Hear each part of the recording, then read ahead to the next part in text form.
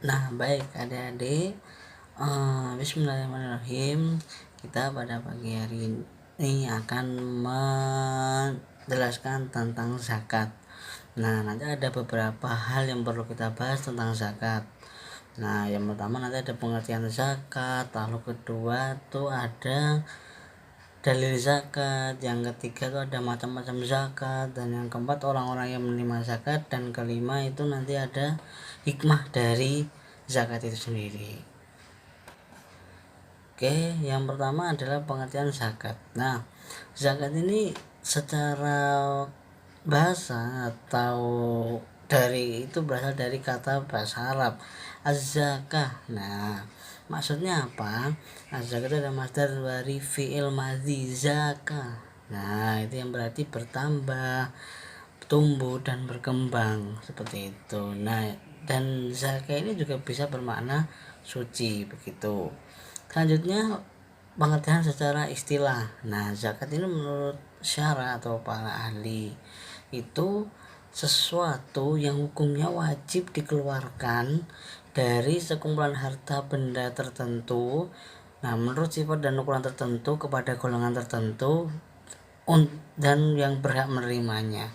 Jadi di situ sudah jelas kalau secara istilah, setelah istilah itu bahwa kewajiban yang perlu kita keluarkan, perlu kita tunaikan. Nah, itu baik harta benda kita dan ukurannya sudah ada secara jelas, dan yang menerima siapa itu juga sudah jelas di situ, dan ukurannya itu ada. Tuh. Baik, selanjutnya adalah dalil dari zakat. A'udzu billahi minasyaitonir rajim. Bismillahirrahmanirrahim.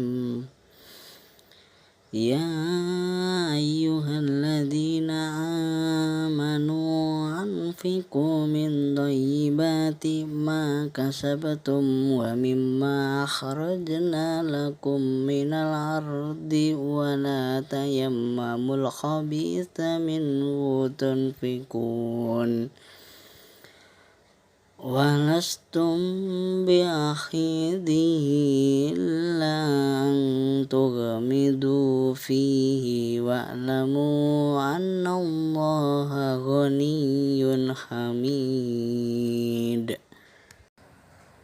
Artinya, hai orang-orang yang beriman, nafkahkanlah di jalan Allah sebagian dari hasil usahamu yang baik-baik dan sebagian dari apa yang kami keluarkan dari bumi untuk kamu, dan janganlah kamu memilih yang buruk-buruk lalu kamu menafkahkan daripadanya padahal kamu sendiri tidak mau mengambilnya, melainkan dengan memincingkan mata terhadapnya.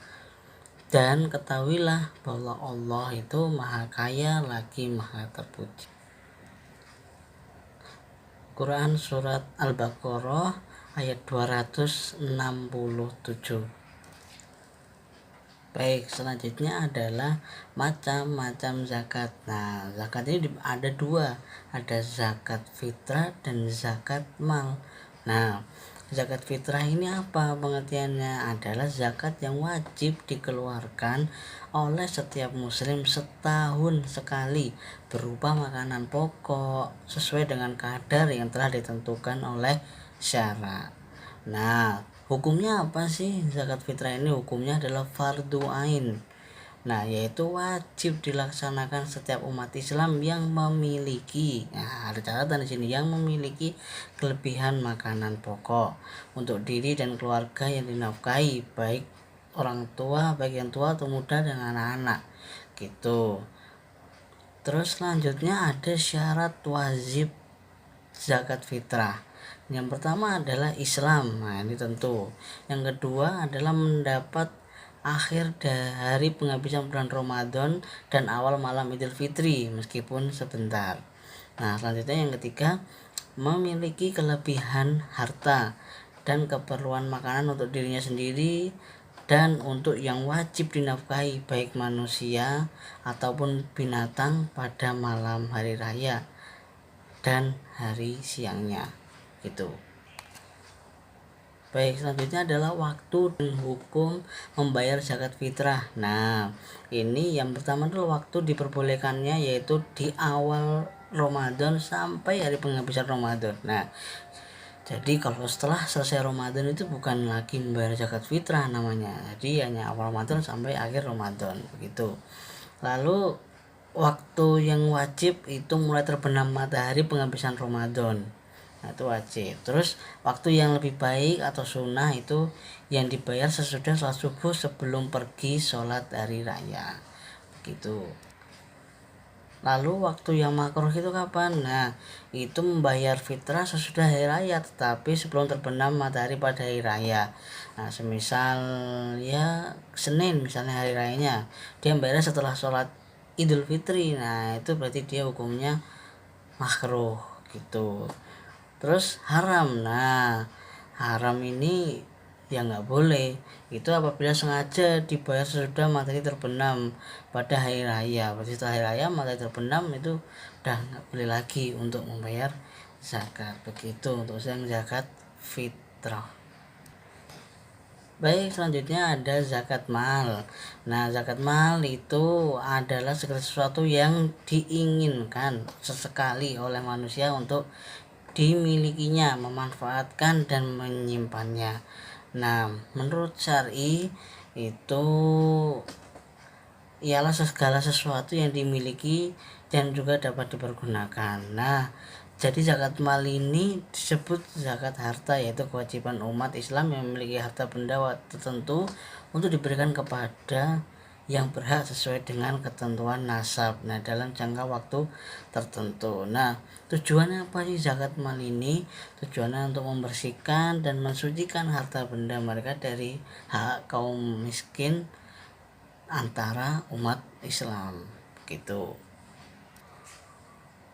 Baik, selanjutnya adalah syarat harta yang wajib dikeluarkan zakatnya. Nah, untuk zakat mal ini ya, yang pertama harta tersebut harus diperoleh dengan cara yang baik dan halal. Kalau mencuri udah jelas nggak boleh saat itu. Nah, selanjutnya harta tersebut berkembang dan berpotensi untuk dikembangkan. Contohnya apa? Untuk usaha perdagangan, jadi itu berkembang terus. Yang ketiga, milik penuh. Nah, harta tersebut itu di bawah kontrol penguasaan pemiliknya dan tidak tersangkut dengan hak orang lain. Jadi tidak ada ya urusan dengan orang lain. Jadi itu harta pribadi seperti itu.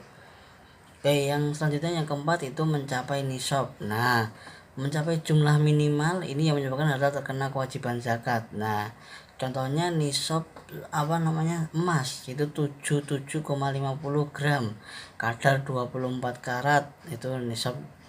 Terus nisab zakat hewan ternak kambing itu adalah 40 ekor dan sebagainya macam-macam. Nah, terus yang kelima adalah sudah mencapai 1 tahun kepemilikan, dan yang keenam itu sudah terpenuhi kebutuhan pokok, maka zakatnya adalah kelebihan dari kebutuhan tersebut begitu.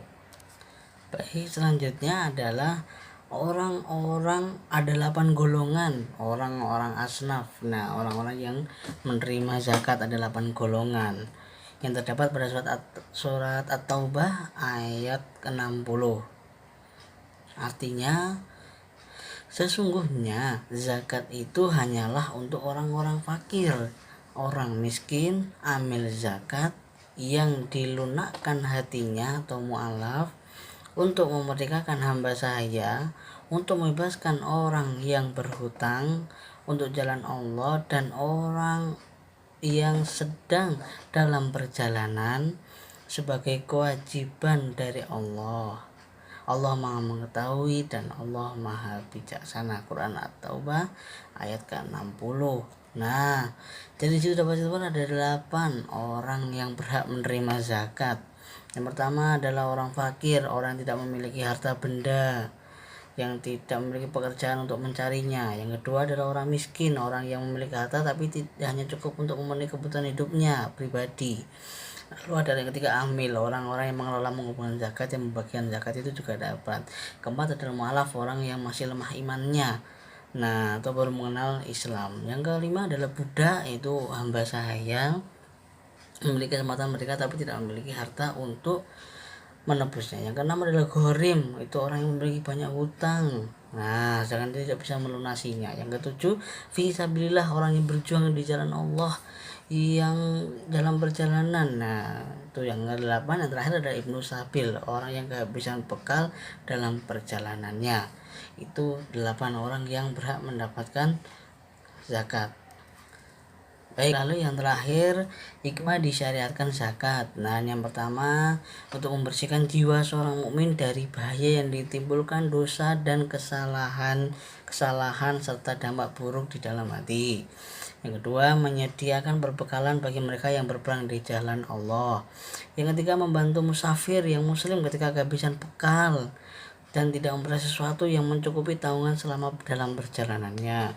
Yang keempat, meringankan beban orang muslim yang memiliki hutang dengan cara menutup hutang-hutang serta kewajiban yang mesti ditunaikan dari hutang itu. Yang kelima adalah menghimpun hati yang tercerai-berai di atas keimanan Islam. Yang keenam, membantu untuk menutupi kebutuhan segala kesusahan orang-orang miskin yang terhimpit utang. Yang ketujuh, meminimalkan bertumpuknya harta pada orang-orang kaya. Yang kedelapan, membersihkan harta dan mengembangkan serta menjaga dan melindunginya dari berbagai musibah dengan berkah ketaatan kepada Allah Subhanahu wa taala. Yang kesembilan, meneguhkan hati berdasarkan iman dan Islam. Yang ke-10 adalah menegakkan kemaslahatan. Baik, adik-adik, mungkin itu saja materi tentang zakat yang dapat Bapak sampaikan. Semoga bermanfaat. Kita lanjut di grup ya. Terima kasih. Assalamualaikum warahmatullahi wabarakatuh.